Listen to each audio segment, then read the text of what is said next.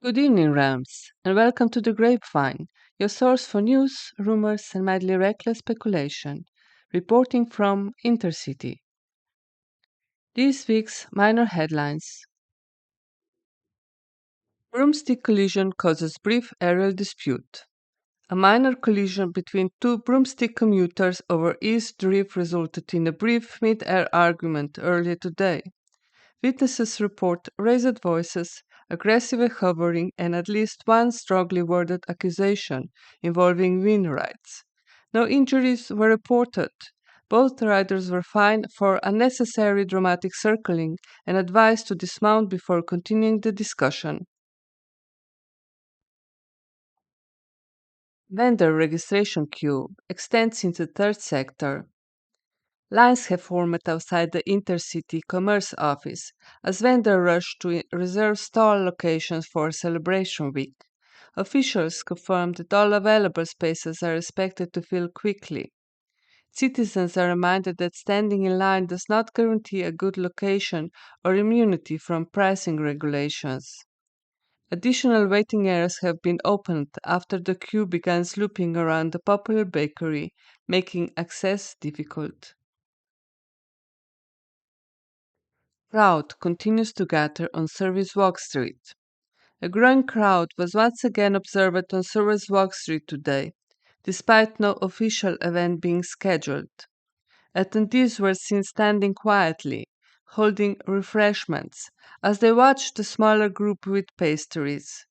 Authorities attempted to disperse the group but reported limited success. When asked why they were gathered, several citizens replied, "Something might happen."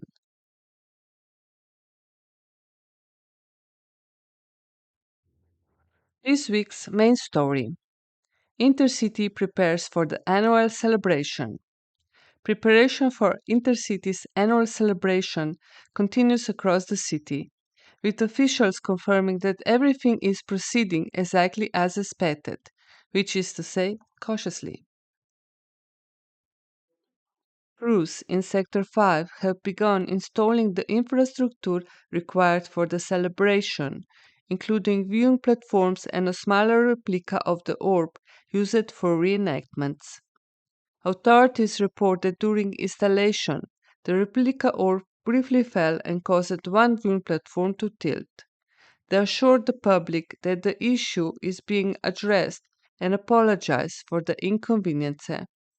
Residents are reminded that the tilted platform is not approved for recreational shovel sliding, regardless of slope quality. The Maintenance Division confirms that stabilization spells are currently resetting.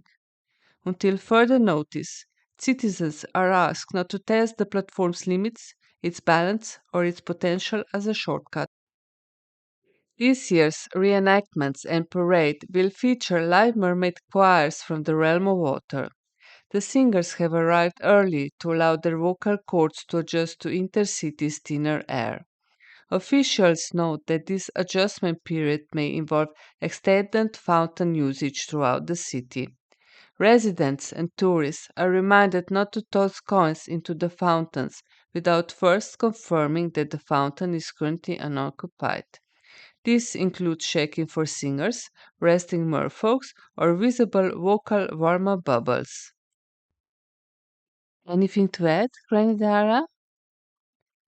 If you throw a coin at a mermaid this year, don't be surprised if she throws back and harder. Well said, Granny Dara. Well said. That's all for this week's updates. We'll keep you informed as preparation move forward. Stay sensible, Intercity. See you next week. Bye.